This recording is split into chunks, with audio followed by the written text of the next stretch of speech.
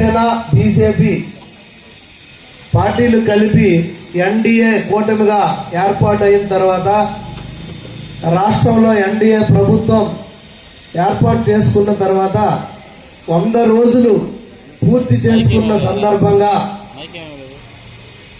ఇది మంచి ప్రభుత్వం అనే పేరుతో ప్రజా వేదికల ద్వారా ప్రజల వద్దకు వెళ్ళి ఈ 100 రోజులు మనం ఏం చేశామనేది ప్రజలకి చెప్పాలనే ఉద్దేశంతో రాష్ట్ర ముఖ్యమంత్రి వర్యులు శ్రీ నారా చంద్రబాబు నాయుడు గారు, అలాగే ఉప ముఖ్యమంత్రి వర్యులు శ్రీ పవన్ కళ్యాణ్ గారు, అలాగే దేశ ప్రధానమంత్రి వర్యులు నరేంద్ర మోడీ గారి ఆకాంక్షల మేరకు మేము ఈరోజు ప్రతిరోజు ఒక్కొక్క ఊరు వెళ్ళి ఈ ప్రజావేదిక పెట్టడం జరుగుతుంది.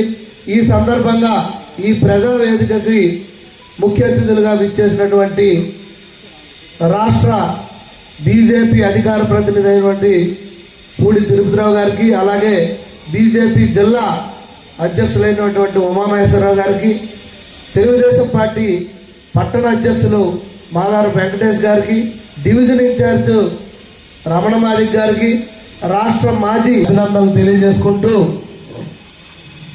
మన ఎన్డీఏ కూటమి ఏర్పాటైన వెంటనే మొదట 5 సంతకాలు ఇచ్చిన మేనిఫెస్టోలో ఇచ్చిన మాట ప్రకారం మొదట 5 సంతకాలు పెట్టాం.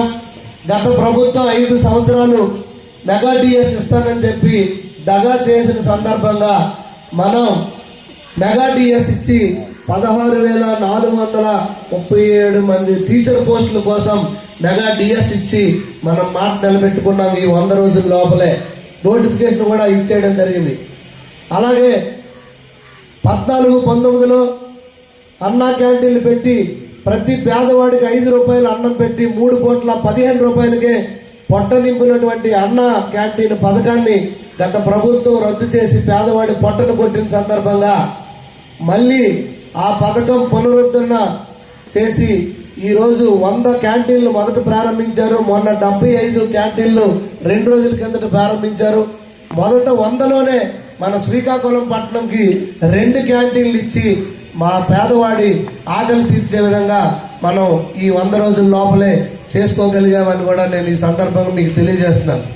ఇంకా 3వ విషయం వస్తే పెన్షన్. ప్రతి ఒక్క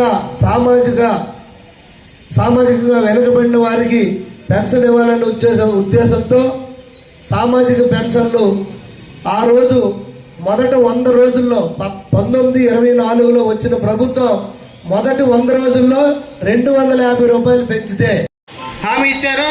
దాన్ని కూడా ఒక సంకల్పంతో 100%